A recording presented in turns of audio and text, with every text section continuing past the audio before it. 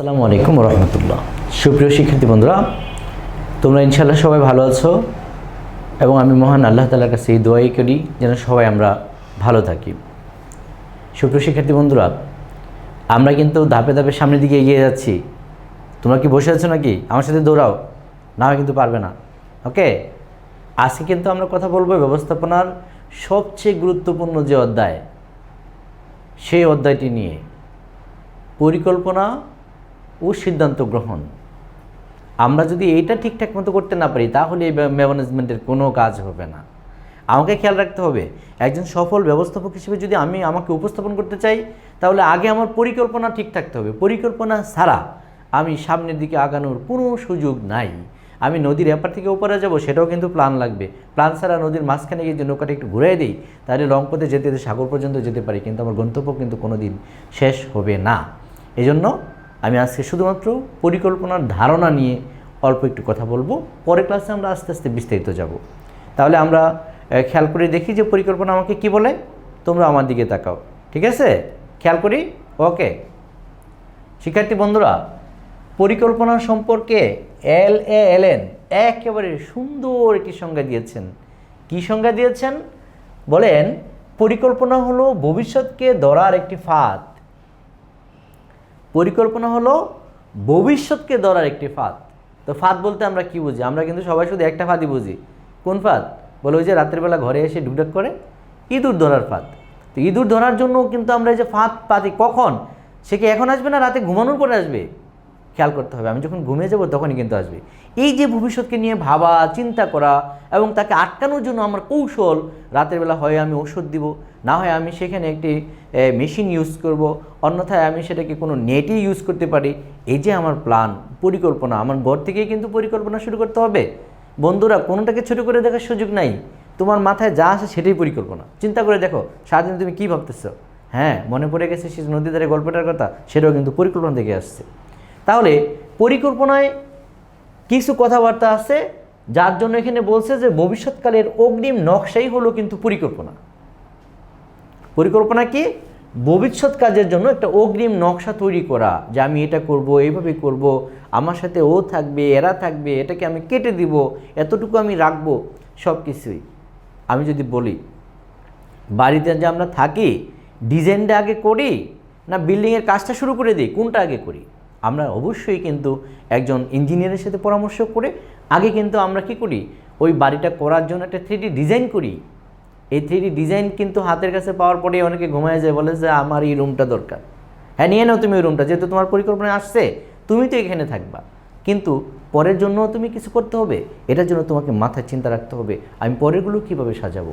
এই জন্য এখানে বলছে যে কয়েকটা গুরুত্বপূর্ণ কথা বলা আছে: হোয়ার, হোয়েন, হাউ, হোয়াট, হু এবং হোয়াই। আমি একটা লাইন লিখেছি, আমি ঢাকা যাব। চলো তোমাকেও নিয়ে যাব, কোনো অসুবিধা নাই। কিন্তু ঢাকা যাওয়ার আগে তো আমাকে প্ল্যান করতে হবে যে আমি কীভাবে যাব। আমি যদি নরসিংদী থেকে ঢাকা যেতে চাই তাহলে আমার জন্য যেই পথগুলো আছে সেই পথগুলোকে আমাকে খুঁজে বের করতে হবে।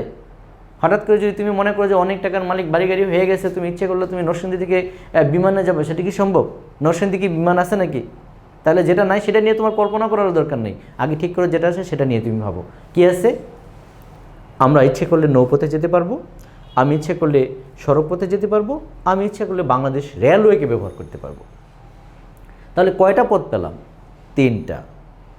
এই 3টা পথের মধ্যে তুমি কোনটা ইউজ করবা সেটা কিন্তু সিদ্ধান্ত নেওয়ার একমাত্র ব্যক্তি তুমি নিজে। আমাকে যদি জিজ্ঞেস করো, আমি তোমাকে ঠকানোর জন্য বলবো যে নৌপথে যাও। ওই সব মেঘনা ঘুরে ঢাকা যেতে তোমার 2-3 দিন লেগেও যেতে পারে, আবার ফিরে আসার সুযোগ আছে কতটুকু সেটাও আমি ভালো জানি না, কারণ নদীর অবস্থা এখন বেশি ভালো না। তাহলে সিদ্ধান্ত নেওয়ার মালিক কে? একমাত্র তুমি। যে চিন্তা করবে সিদ্ধান্ত তাকিয়ে নিতে হবে। কিভাবে আমি ঢাকা যাব? আমি সিদ্ধান্ত নিলাম যে আমি এখন ট্রেনে যাব। ট্রেনের মধ্যেও কিন্তু বিকল্প পথ আছে। ট্রেনে কি বিকল্প পথ আছে? বলে ট্রেনের মধ্যে লোকাল ট্রেন আছে, আন্তনগর ট্রেন আছে। তুমি কোনটাতে যাবা? সিদ্ধান্ত নেব। না স্যার, আমি ট্রেনে যাব না স্যার, ট্রেনে গিয়ে একবার টঙ্গিতে আটকে গেছিলাম স্যার, এবার বাসে যাব। ওকে, বাসে যাও, কিন্তু তুমি কোন বাসে যাইবা? বাসের মধ্যে তো আবার বিভিন্ন রকম পদ্ধতি আছে, ওইখানে তো লোকাল পরিবহন আছে। আবার যদি তুমি টিকিট কাউন্টারে যাও সেক্ষেত্রেও কিন্তু তোমাকে অনেকগুলো পথ আছে, যেহেতু তুমি নরসিংদী থেকে যাবা, বেলানগর থেকে তুমি কাউন্টারের গাড়িগুলো ইউজ করতে পারো, আবার নরসিংদী বাস স্ট্যান্ড থেকেও তুমি ইউজ করতে পারো। এখন তোমার সিদ্ধান্ত হলো, তুমি যদি বাস স্ট্যান্ড থেকে যাও তাহলে তুমি মেঘালয় একটা মাত্র পরিবহন, বেলানগর থেকে গেলে তো তুমি বিআরটিসি পাচ্ছ, তারপরে তুমি মনোরদী পরিবহন পাচ্ছ এবং রয়্যাল পাচ্ছ। পাশাপাশি সর্বোপরি তোমাকে যে বিষয়টা সাপোর্ট করে, সিলেট থেকে যখন শ্যামলী পরিবহন বা সোহাগ পরিবহনের গাড়িগুলো আসে, হুট করে তুমি আঙুলটা উঠাইলা, দেখবে তোমাকে ডাক দিয়ে নিয়ে গেল। এটা তোমার প্ল্যান, পরিকল্পনা বাস্তবায়ন করার জন্য সিদ্ধান্ত তোমাকে নিতে হবে কোনটি তুমি ব্যবহার করবে। তাহলে আমাকে সিদ্ধান্ত নেওয়ার পূর্বে যে কাজগুলি করতে হয়, কেন আমি ঢাকা যাব, হয় কেন আসছে, আমি ঢাকা কেন যাব, তুমি চিন্তা করে দেখো কেন ঢাকা যাবা। তুমি যদি কেনাকাটার জন্য যাও সেটা একরকম উদ্দেশ্য হবে, তুমি যদি কোনো চাকরিতে যোগদান করতে যাও সেটা একরকমের অবস্থান হবে, আবার তুমি যদি কোনো মুমূর্ষু রোগীকে দেখতে যাও সেটা একরকম অবস্থা হবে, আবার তোমার সাথে যদি কেউ সেটা যেমন হবে, একজন মুমূর্ষু রোগীকে সঙ্গে করে নিয়ে যাওয়ার জন্য তুমি তো তোমার চিন্তা চেতনা অন্যরকম হবে। তাহলে ওগুলো পরিস্থিতি মোকাবেলা করার জন্য তৎক্ষণাৎ সিদ্ধান্ত, প্ল্যানের সাথে সিদ্ধান্ত গ্রহণ করার ক্ষমতা একমাত্র তোমার। তুমি চিন্তা করে কি করবে। তাহলে কে করবে, বারবার আমি বলছি তুমি করবা, আমি করব না।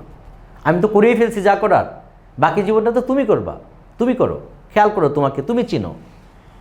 তাহলে কোথায়, ঢাকা, কখন, সকালে যাব না বিকেলে যাব। এই তুমি যদি কেনাকাটা করতে যাও তাহলে কি গভীর রাতে গেলে তুমি কেনাকাটা করতে পারবা?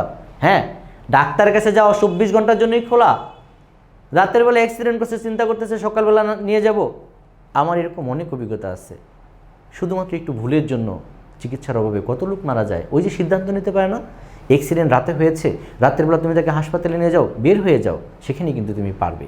সুতরাং তোমাকে খেয়াল করতে হবে কখন রওনা দিবা, কাজের উপর নির্ভরশীল হয়েই প্ল্যানটা তোমাকে করতে হবে। আর সব কিছুর জন্য আমাদের যেটা দরকার, একটা ছোট বল। এই যে একটা বলের দিকে তাকিয়ে থাকি, এই বলটাকে কিন্তু লাথি মেরে আমাকে নেটের ভিতরে নিতে হবে। এই লক্ষ্য যদি আমাদের সামনে না থাকে তাহলে কিন্তু তোমার পরিকল্পনা যা করছো সব কিছু একেবারে পানির সাথে মিশে যাবে, তুমি কোনো কিছু করতে পারবে না।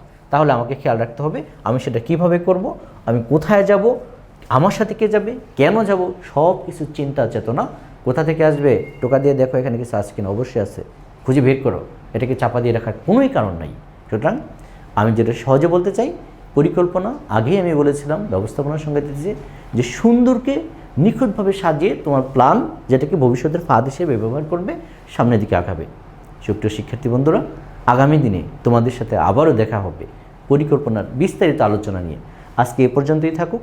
তোমরা সবাই ভালো থাকো, সুস্থ থাকো, সুন্দর থাকো এবং SM লার্নিং একাডেমি ইউটিউব চ্যানেলের সাথে থাকো। সবাইকে ধন্যবাদ।